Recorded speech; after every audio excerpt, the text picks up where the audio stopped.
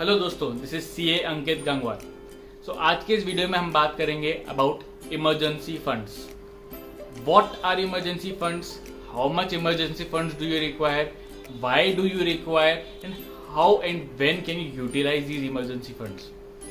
So before we start with this video, if you are new to my channel, please do not forget to press the subscribe button, and also if you like the content in my video, please do not forget to press the like button as well.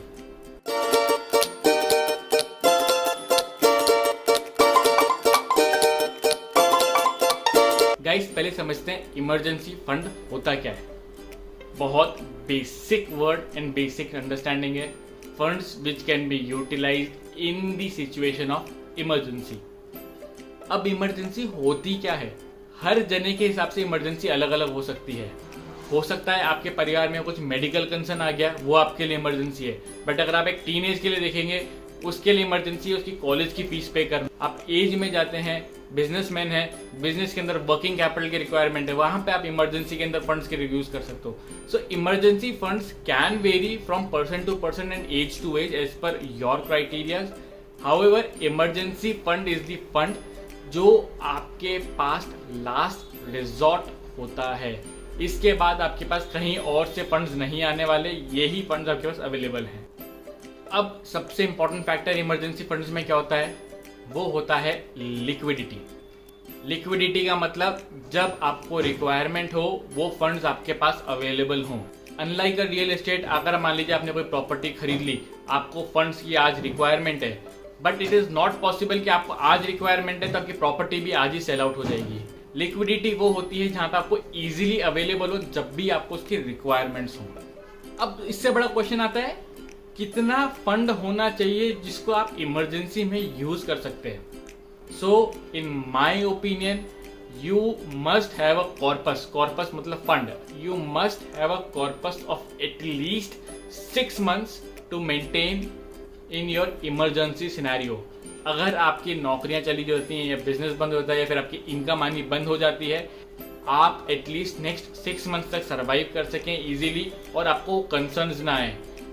जरूर से आपको अपनी luxuries के ऊपर cut down करना पड़ेगा, there will be no luxuries, but at least you will be able to meet out all your necessities.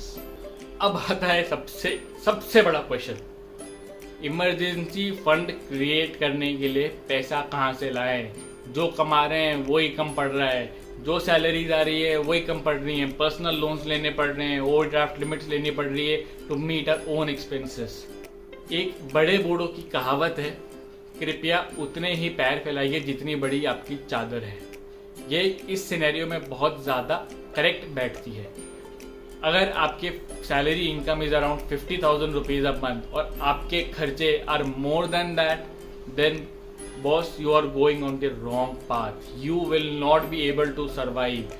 आपके retirement के बाद के लिए भी आप कुछ फंड सेव नहीं कर पा रहे हो। आपके फ्यूचर में अगर कोई भी कंटिजेंसीज आ गई, कोई इमरजेंसी आ गई जहाँ पे आपको फंड्स की रिक्वायरमेंट है, आप कहीं पे भी उसमें सर्वाइव करने के लिए आपके लिए बहुत टफ हो जाएगा।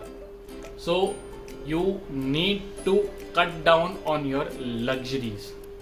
आई will give you an example हुए। यहाँ पे अपन मानते हैं आपकी 50,000 रुपीज पर मंथ की सैलरी है, फिर इनकम है।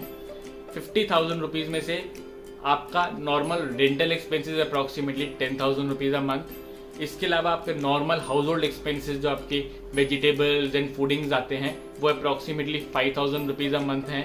इसके अलावा ट्रैवल फ्यूल आपके 5,000 रुपीज अ मंथ है। ये सब हो गया अप्रॉक्सीमेटली 20,000 रुपीज। इसके अलावा आप हर महीने अप्रॉक्सीमेटली 10,000 रुपये इन्वेस्ट करते हैं म्यूचुअल फंड्स में और समथिंग ऑफ दैट सॉर्ट। तो आपकी इन्वेस्टमेंट्स ने 10,000 रुपीज एडिशनल कंज्यूम कर लिए। बैलेंस बचा आपके पास केवल 20,000 रुपीज का। अब ये जो 20,000 रुपीज है आप अपनी लग्जरीज में खर्च कर देते थे बिकॉज आपके पास पैसे नहीं बच रहे थे at the end of the month. Now this is the time when you cut down on your luxuries. ये बात मैं मानता हूं कि आप सारी की सारी लग्जरीज कट नहीं कर सकते अचानक से अपने फंड्स को मेंटेन करने के लिए, बट क्या आप 20,000 की लग्जरीज को कट करके 10,000 पे या 5,000 पे ला सकते हैं? जितना भी ज्यादा आप कट डाउन करेंगे उतने के आप अपना इमरजेंसी फंड बना पाएंगे। मैं प्रिज्यूम करता हूं आपने अपनी लग्जरीज को 20,000 से कट करके 10,000 पे ले आए। Still now you have left with 10,000 rupees a month के हिसाब से आपके इमरजेंसी फंड्स जनरेट हो गए।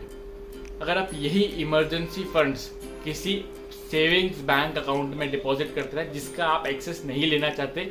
वो अकाउंट ऐसा है जिसके अंदर सिर्फ आप अमाउंट डिपॉजिट करेंगे, नथिंग एल्स। अगर आप ऐसे अकाउंट में वो अमाउंट डिपॉजिट करेंगे which gives you a very minimal interest rate of 3% also, और अगर आपने हर महीने 10,000 रुपये सेव करके उस 3% के अकाउंट में डिपॉजिट भी किया और आपने ये नेक्स्ट 20 ईयर्स तक किया, तो आपने एक्चुअल में बैंक में सिर्फ 24 लाख रुपीज ही डिपॉजिट किए at the end of 20 years. However ये इसी अमाउंट पे जो इंटरेस्ट आता गया एट द रेट ऑफ 3%, जो मैं बहुत मिनिमल मान के चल रहा हूँ, तो भी आपके फंड्स की value at the end of the 20 years would be greater than 33 lakh rupees. So boss, this is the power of compounding. तो आप ये देखेंगे, आप जितना ज़्यादा वहाँ पे डिपॉजिट करते जाएंगे, हो सकता है किसी महीने में आप 10,000 नहीं कर पा रहे, पर हो सकता है किसी महीने में आपने 10 की जगह 12,000 भी डिपॉजिट कर दिए। प्लीज इंश्योर आप वो अमाउंट वहाँ पे डिपॉजिट करते रहें। These funds will be helpful for you, for your children's future, for your retirement plan and any medical emergencies और एनी टाइप ऑफ इमरजेंसी जहाँ पे आपको इस फंड्स की बहुत ज़्यादा रिक्वायरमेंट आने वाली है। आई होप आपको अभी समझ में आया होगा what are emergency funds, emergency funds कितना आपको मेंटेन करना चाहिए और कहाँ यूज करना चाहिए। Let me know your thoughts in the comment section below. If you have anything to say and discuss on this, we can definitely talk on that. And if in case you like the content of this video, please do not forget to press the like button over here. Thanks a lot. This is ये Ankit जंगवाल signing off. Thank you.